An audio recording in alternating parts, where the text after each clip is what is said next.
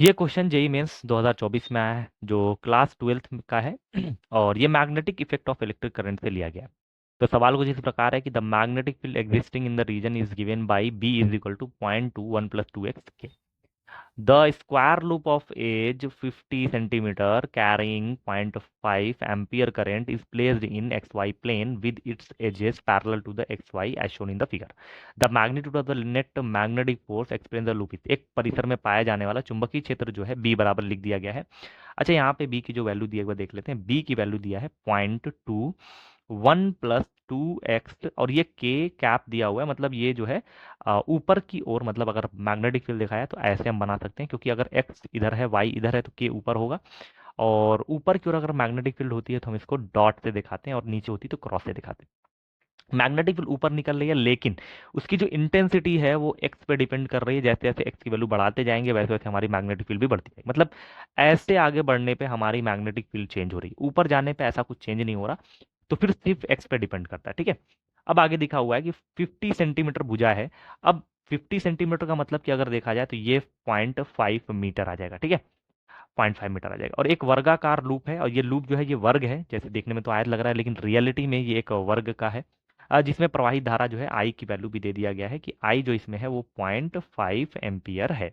और इसकी भुजाओं को एक्स वाई अक्षों के समांतर रखकर एक्स वाई तल के चित्रानुसार लगाया गया। तो लूप पर लगने वाला बल, अब इस पूरे लूप पर कितना बल लग रहा है इस चीज को समझते हैं कि क्या क्या रहा है सवाल। अगर कोई तार होता है, ठीक है, जिसके अंदर धारा आई बह रही है और उसको मैग्नेटिक फील्ड के अंदर परपेंडिकुलरली रख दिया जाता है, तो उस पर एक फोर्स लगता है। ठीक है, उस फोर्स को बोलते क्या है, आई एल बी या आई बी एल कहते हैं। अगर परपेंडिकुलरली, अगर हम तार को परपेंडिकुलर रखते हैं तो उसमें रखता है आई बी एल लगता है। अब समझते हैं कि मेरे पास तार कितना है। अब इसको ए बी सी डी अगर समझ लें, ए बी सी डी, एक तार है ए बी, फिर बी सी, फिर सी डी, फिर डी। अगर ए बी में गौर किया जाए तो ए बी में जो मैग्नेटिक फील्ड होगी या मैग्नेटिक फोर्स जो होगा, जो फोर्स लग रहा है इस तार के ऊपर, उसकी डायरेक्शन कैसे निकलती है एक बार समझते हैं। तो फ्लेमिंग के बाएं हाथ के नियम से, अगर फ्लेमिंग का बाएं हाथ नियम लगाया जाए तो ये जो पहली उंगली होती है हमारी, वो बताती है मैग्नेटिक फील्ड को। ठीक है, तो मैग्नेटिक फील्ड ऊपर रहेगा, मैग्नेटिक फील्ड ऊपर रहेगा। ठीक है, और धारा किधर बह रही है, इस डायरेक्शन में बह रही है। तो अगर फोर्स देखा जाए तो यहाँ पे या इस वाले तार में, जो ए बी वाला तार है, इसमें फोर्स जो लग रहा है नीचे लग रहा है, और इसमें जस्ट अपोजिट डायरेक्शन में आई है, तो इसकी वजह से इसमें फोर्स कहाँ लगेगा, ऊपर क्यों लगेगा। अब समझते हैं मैग्नेटिक फील्ड के बारे में। अगर इस पॉइंट पे मैग्नेटिक फील्ड निकाला जाए, बी की वैल्यू तो आएगी 0.21 प्लस 2x, एक्स की जगह पे हम 2 रख सकते हैं। उतना ही मैग्नेटिक फोर्स फील्ड जो है यहाँ पे भी आएगी, क्योंकि एक्स की डिस्टेंस सेम है। तो जितना फोर्स यहाँ लगेगा उतना यहाँ भी लगेगा।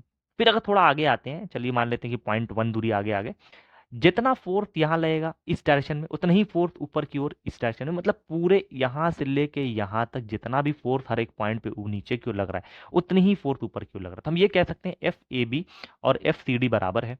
तो फोर्स जो एफ ए बी है और जो फोर्स लग रहा है एफ डी सी लग रहा है, वो दोनों आपस में बराबर हो जाएगा, जो कि आपस में क्या कर देंगे, कैंसिल आउट कर देंगे। तो इन दोनों से हमको बल नहीं प्राप्त होगा। अब एक बार फोर्स निकालते हैं एफ बी सी से और एक बार निकालते हैं एफ ए डी से। एफ बी सी से अगर फोर्स निकाला जाए तो उसकी डायरेक्शन क्या होगी, बाहर की ओर होगी। फ्लेमिंग के बाएं हाथ के नियम से निकाल लेंगे, तो यहाँ पे एफ बी सी लिख लेते हैं। और इधर अगर फोर्स निकाला जाएगा तो फोर्स आ जाएगा एफ डी आएगा। अगर इन दोनों फोर्स को निकाल लिया है, देखा जाए कि वैल्यू कितनी कितनी आ रही है। पहले हम एफ डी ए निकालते हैं। तो एफ डी ए क्या होता है, एफ डी ए मतलब इस तार पे लगने वाला फोर्स।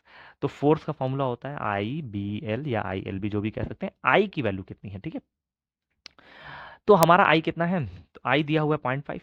बी की वैल्यू कितनी है, बी की वैल्यू हमारी ये दी हुई है 0.2 इंटू 1 प्लस 2x।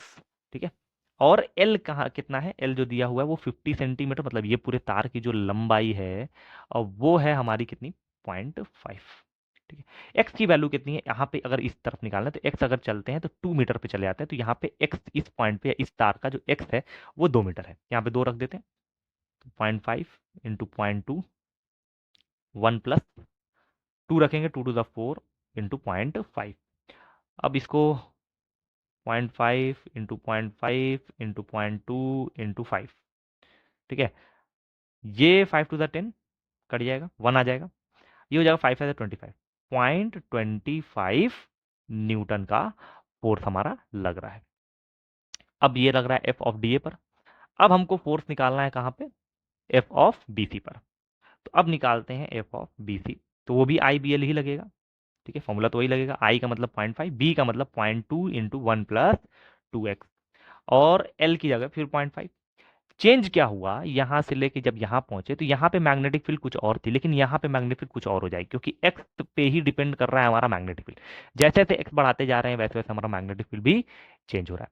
अब यहाँ पे पहुंचे हैं इस तार पे, तो कितना एक्स हो गया, ये 2 मीटर, और 2 मीटर में कितना ऐड कर दिया, ये हमारा जो वर्ग था वो 0.5 था, 2.5 हो जाएगा। ठीक है, तो हम रख लेते हैं 0.5 multiply by 0.2 multiply by 1 + 2 into 2.5 into 0.5। ठीक है, हमारा आंसर क्या हो जाएगा, 0.5 मल्टीप्लाई बाई 0.2 मल्टीप्लाई बाई 2.5 को 2 से मल्टीप्लाई करेंगे, 5 6 आ जाएगा, इंटू 5। सबको मल्टीप्लाई करते हैं, 5 × 2 = 10, और ये हो जाएगा 6×5 = 30, तो 30 और 10, 6×5 = 30 और 10, 300 आ जाएगा। लेकिन पॉइंट लगाएंगे कितने के पहले, 1 2 3, 3 पॉइंट, 0.3 आंसर आ जाएगा। तो इसका आंसर आ गया 0.3 न्यूटन के बराबर। अब एफ बी सी और एफ डी ए में बड़ा कौन है। अब देखते हैं कि टोटल जो फोर्स होगा वो एक इस डायरेक्शन में है बी सी, जिसकी वैल्यू है 0.3, और इस डायरेक्शन में जो फोर्स लग रहा है उसकी वैल्यू है 0.25। तो वैल्यू जो बी सी की बड़ी हो गई, तो जो टोटल या एफ नेट आएगा, टोटल परिणामी बल आएगा, वो एफ बी सी में से हम घटा देते हैं किसको, एफ ऑफ डी ए को, टोटल फोर्स निकाल लेते हैं। तो एफ बी सी आ गया हमारा 0.3, और ये आ गया 0.25।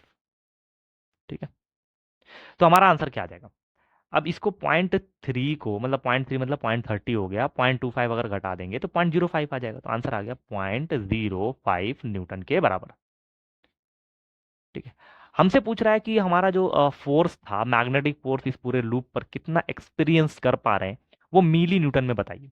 तो हमारा आंसर जो है न्यूटन में आ गया। मिली करने के लिए हम लोग जो है इस पॉइंट को 1 2 3 खाना आगे बढ़ाना पड़ेगा, तो ये हो जाएगा 50 इंटू 10⁻³ न्यूटन, और 10⁻³ को हम लोग जो है क्या बोलते हैं, मिली बोलते हैं। तो हमारा आंसर आ गया 50 मिली न्यूटन। तो हमारा फाइनल आंसर क्या हो गया, जो कि देखने पे 50, क्योंकि हमसे पूछा था कि टोटल फोर्स इस पूरे लूप पे क्या लगेगा। तो सवाल में ये पूछा था कि इस लूप में टोटल फोर्स कितना लग रहा है।